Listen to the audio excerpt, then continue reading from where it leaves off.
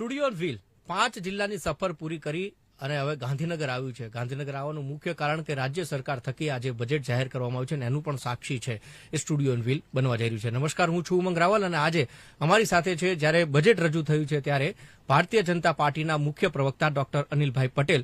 સાહેબ, સ્વાગત છે ગુજરાત ફર્સ્ટના સ્ટુડિયો વ્હીલમાં.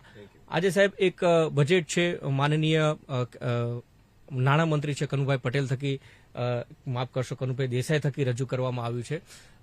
બજેટમાં શું ખાસ વિશેષતાઓ અને આજનું જે બજેટ રજૂ થયું એ સર્વાંગી વિકાસને ધ્યાનમાં રાખી અને કેટલું ઉપયોગી સાબિત થશે? સૌ પ્રથમ તો બજેટના દિવસે જે રીતે ગુજરાત ફર્સ્ટ દ્વારા આ પ્રકારનો ઓન વ્હીલ વાળો પ્રયોગ કરવામાં આવ્યો છે એ બદલ સૌને ખૂબ ખૂબ શુભેચ્છા પાઠવું છું. આજનું બજેટ માનનીય નાણામંત્રી શ્રી કનુભાઈ દેસાઈએ જે રજૂ કર્યું છે એ વાસ્તવમાં વિકસિત ગુજરાત 2047નો એક રોડમેપ છે અને કઈ રીતે ગુજરાત વિકસિત ભારત 2047 સાથે તાલમેલ મિલાવીને ખભે ખભા મિલાવીને સમગ્ર દેશમાં ગુજરાત લીડ કરશે એ પ્રકારના વિષય અને વિચાર સાથે અને એના ઇમ્પ્લિમેન્ટેશનના રોડમેપ સાથે રજૂ થયેલું બજેટ છે. આ બજેટમાં એક તરફ ગુજરાત જે રીતે પોલિસી ડ્રીવન બજેટ છે તો અનેક પોલિસીઓ એને સ્ટ્રેન્થનિંગ કરવાના કાર્યક્રમો છે, એના માટેની સ્પેશિયલ ફાળવણી પણ છે. સર્વસ્પર્શી વિકાસ પણ છે. તો ગામ ગરીબ ખેડૂત માટેની પણ અનેક યોજનાઓ છે. જે જૂની યોજનાઓ અનેક પ્રકારની છે એમાં ફાળવણી પણ થોડી વધારે કરવામાં આવી છે. તો બજેટને જો ટૂંકમાં વર્ણન કરીએ તો સાતત્યપૂર્ણ બજેટ, ગુજરાત આખા દેશમાં અગ્રીમ રાજ્ય રહે વિકાસના રોડમેપમાં એ પ્રકારેનું બજેટ અને અંતિમ માણસના જીવનમાં પરિવર્તન આવે અને એવું પરિવર્તન કે જેની અનુભૂતિ એને વ્યક્તિગત રીતે થાય એ પ્રકારની યોજનાઓ. પછી એ યુવાનો હોય, મહિલાઓ હોય, કિસાન હોય, ગરીબ હોય, કુલ મળીને સામાન્ય ગરીબ માણસોમાં જે રીતે સેલ્ફ હેલ્પ ગ્રુપ છે પણ એટલે સર્વસ્પર્શી સર્વવ્યાપી બજેટ.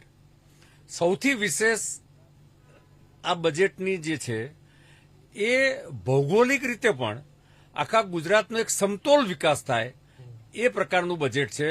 અને ઐતિહાસિક રીતે હું કનુભાઈને અને મુખ્યમંત્રી શ્રી ભૂપેન્દ્રભાઈ અને હર્ષભાઈને પણ અભિનંદન આપું છું કે 4 લાખ કરોડ કરતા વધારેનું બજેટ.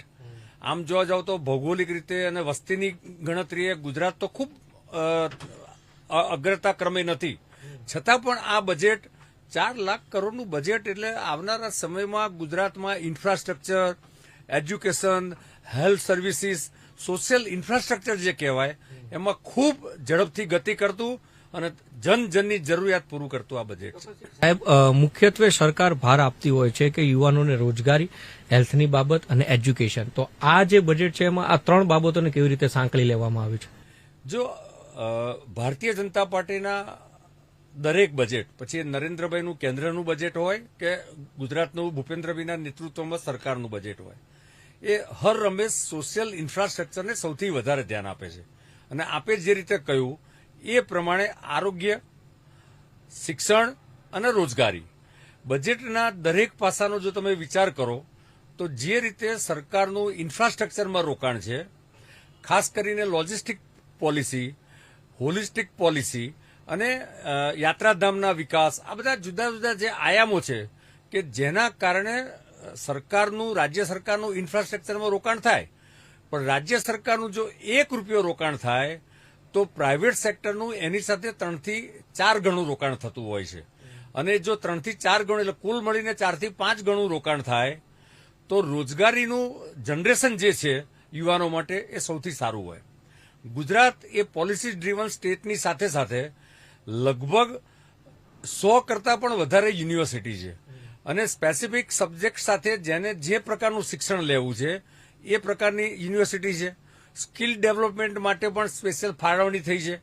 જે રીતે અત્યારે 3 દિવસથી એઆઈ સમિટ દિલ્હીમાં ચાલી રહી છે તો કદમ સાથે કદમ મિલાવવા ગુજરાતમાં પણ એઆઈ ના માધ્યમથી યુવાનોનું સ્કિલ ડેવલપમેન્ટ અને રોજગારી સ્ટાર્ટઅપ 2030માં કોમનવેલ્થ ગેમ આવવાની છે, તો ગુજરાતનું જે સ્પોર્ટ્સ ઇન્ફ્રાસ્ટ્રક્ચર છે એ સ્ટ્રેન્થન થાય, નવા નવા રમતવીરો બહાર આવે, તો યુવાનોના શિક્ષણ, રોજગારી, એના સેલ્ફ સ્કિલિંગ, એના ડેવલપમેન્ટ, આ બધા જ માટેના અનેક આયામો છે.